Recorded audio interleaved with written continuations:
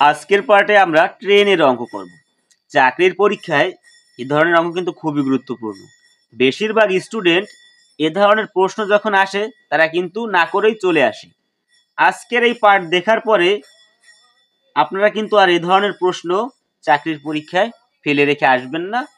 আপনারা 100% প্রশ্ন সলভ করে আসতে পারবেন। এখানে এই প্রশ্নটি যদি আমরা লক্ষ্য করি, একটি ট্রেনের গতিবেগ ঘন্টায় 108 কিলোমিটার, মানে 1 ঘন্টায় সে 108 কিলোমিটার যায়। সেকেন্ডে এর গতিবেগ কত মিটার? আছে ঘন্টায়, বের করতে বলছে আমাদের সেকেন্ডে, মানে ঘন্টা থেকে আমাদের কিন্তু সেকেন্ডে চলে যেতে হবে। এই ধরনের অঙ্ক করার জন্য আমাদের কিছু সূত্র মনে রাখতে হবে। সূত্র কটা যদি আমরা মুখস্থ রাখতে পারি, খুব সহজে এই ধরনের অঙ্ক আমরা সলভ করে আসতে পারবো। যেমন ধরুন, কিলোমিটার কিলোমিটার কিলোমিটার তো আমরা সবাই জানি 1000 মিটারে 1 কিলোমিটার। তাহলে কিলোমিটার আরেকটি থাকে, কিলোমিটারের সাথে থাকে কিলোমিটারের সাথে ঘন্টা, কিলোমিটারের সাথে ঘন্টার সম্পর্ক। আর আরেকটি বিষয় থাকে, সেটা হচ্ছে মিটার, মিটারের সাথে সেকেন্ডের সম্পর্ক।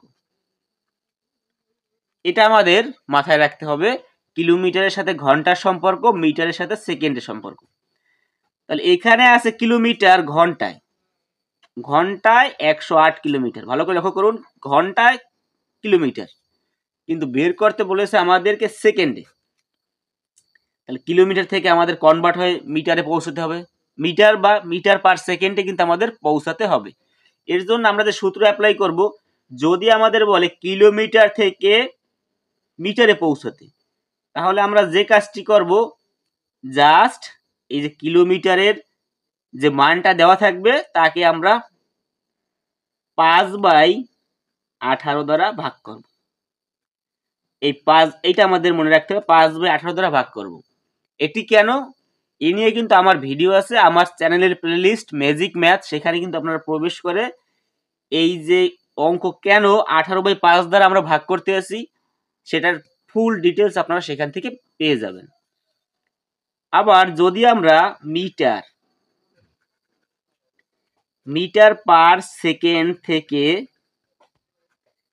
কিলোমিটার কিলোমিটার পার ঘন্টা এখানে পৌঁছাই, তাহলে আমরা কি করব, 18/5 দ্বারা সেই যে মানটি থাকবে সেই মানের সাথে 18/5 দ্বারা আমরা গুণ করব।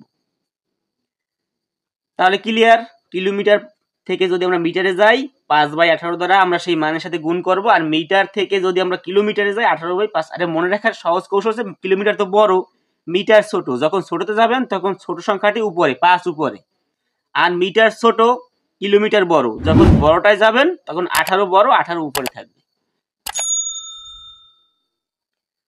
আমাদের প্রশ্নে ঘন্টা আছে কত, 108, কিন্তু আমরা মিটার পার সেকেন্ডে যেহেতু যাব, তার সাথে গুণ করব আমরা কত, এই 18/5। এরপর যদি আমরা কাটাকাটি করি, 5 8 90, 6 8 108, আর 5 আর 6 যদি আমরা গুণ করে দিই তাহলে পাবো আমরা 30 মিটার পার সেকেন্ড। তাহলে সে কি করে, 1 সেকেন্ডে ট্রেনটি 30 মিটার যায়। আমাদের কিন্তু সেটা বের করতে বলেছে, যে সেকেন্ডে এর গতিবেগ কত। আমাদের কিন্তু একবারে বের হয়ে গেল। দেখুন, চাকরির পরীক্ষায় এই ধরনের প্রশ্ন আসলে আপনি 2 সেকেন্ডে অ্যান্সার বের করে ফেলতে পারবেন। আর যদি আমরা ডিটেলস করতে যেতাম, 1 ঘন্টায় যায় 108, তারপরে 60 মিনিট করা লাগতো, তারপরে 3600 সেকেন্ড করা লাগতো, সেখান থেকে কিন্তু আমরা 1 সেকেন্ড বের করতাম। সেটা কিন্তু বেশ লম্বা প্রসেস। এভাবে কিন্তু করলে খুব সহজেই আমরা এই ধরনের প্রশ্ন সলভ করতে পারবো। আমরা যদি এই প্রশ্নটি লক্ষ্য করি, একটি ট্রেনের বেগ ঘন্টায় 72 কিলোমিটার। ট্রেনটি ঘন্টায় 72 কিলোমিটার। ট্রেনটির দৈর্ঘ্য কিন্তু 180 মিটার, মানে ট্রেনটি 180 মিটার। এই ধরুন ট্রেনটি সে 180 মিটার লম্বা ট্রেন। আচ্ছা, 320 মিটার দীর্ঘ একটি প্ল্যাটফর্ম অতিক্রম করতে ট্রেনটির কত সময় লাগবে? তাহলে একটি প্ল্যাটফর্ম মনে করুন, আমরা এত বড় একটি প্ল্যাটফর্ম, এই প্ল্যাটফর্মটি 320 মিটার লম্বা। প্ল্যাটফর্ম। এই প্ল্যাটফর্মটি 320 মিটার লম্বা। এখন এই ট্রেনটি এখান থেকে শুরু হয়ে অতিক্রম করে এখান থেকে বের হয়ে যাবে, মানে শুরু হবে এখান থেকে, তার মাথা যখন এই ট্রেনের মাথা এখানে যখন স্পর্শ করবে তখন থেকেই কিন্তু হিসাব শুরু হবে আমাদের।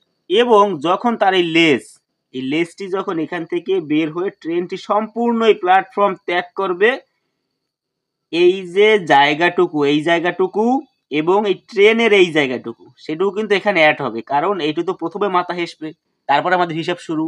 এবং পুরো প্ল্যাটফর্ম অতিক্রম করে ট্রেনের লেজ যখন পার হয়ে ওই পাশে চলে যাবে ট্রেনটি,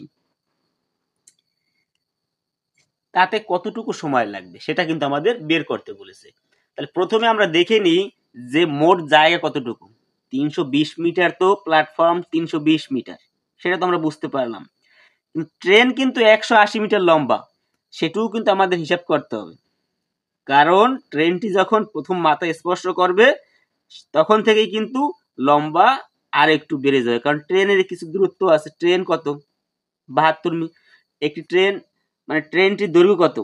180 মিটার। তাহলে 180 মিটার আর 320 মিটার যোগ করলে আমরা পাবো 500 মিটার। এখন আমাদের এই 500 মিটার জায়গা অতিক্রম করতে কত সময় লাগবে সেটা আমাদের বের করতে হবে। এখানে কিন্তু দেওয়া আছে ঘন্টায়, কিলোমিটারে, আমরা এটাকে আগে মিটার পার সেকেন্ডে করে নেব। তাহলে কিলোমিটার থেকে ঘন্টা থেকে মিটার পার সেকেন্ডে করতে গেলে ছোটটায় আমরা যাব, তাহলে উপরে 5 নিচে হবে 18, কাটাকাটি যদি করি 4 18 72 আর 4 5 20, 20 মিটার প্রতি সেকেন্ডে। এখান থেকে আমরা বুঝতে পারলাম ট্রেনটি 1 সেকেন্ডে যায় 20 মিটার। তাহলে 500 মিটার যেতে কত সেকেন্ড সময় লাগবে আমাদের বের হয়ে যাবে। আমরা যদি এটা ঐকিক নিয়মে সাজিয়ে লিখি, 20 মিটার যায় কয় সেকেন্ডে? 1 সেকেন্ডে। তাহলে 1 মিটার যায় কম, তাহলে ভাগ এত সেকেন্ড, অতএব কত মিটার? 500 মিটার। তাহলে 500 মিটার যেতে কত সেকেন্ড লাগবে এখানে? 500 ভাগ 20। আমরা যদি কাটাকাটি করি তাহলে 2 দিয়ে কাটলে 1 আর 25, তাহলে 25 সেকেন্ডে ট্রেনটি পুরো প্ল্যাটফর্ম অতিক্রম করবে 25 সেকেন্ডে। সঠিক অ্যান্সার হবে এই ক নম্বর, 25 সেকেন্ড। এরপরে যদি আপনারা এই ধরনের অঙ্কে একটু সমস্যা বোধ করেন তাহলে আমার প্লেলিস্ট থেকে এই ধরনের অঙ্ক দেখে আসতে পারেন, সেখানে ডিটেলস ভাবে বোঝানো আছে। আজকের পাঠ এ পর্যন্তই। ভিডিওটি ভালো লাগলে সবাই লাইক, কমেন্ট এবং শেয়ার করবেন। আর এই ধরনের ভিডিও যদি আপনারা আরো পেতে চান অবশ্যই চ্যানেলটি সাবস্ক্রাইব করবেন। ধন্যবাদ সবাইকে।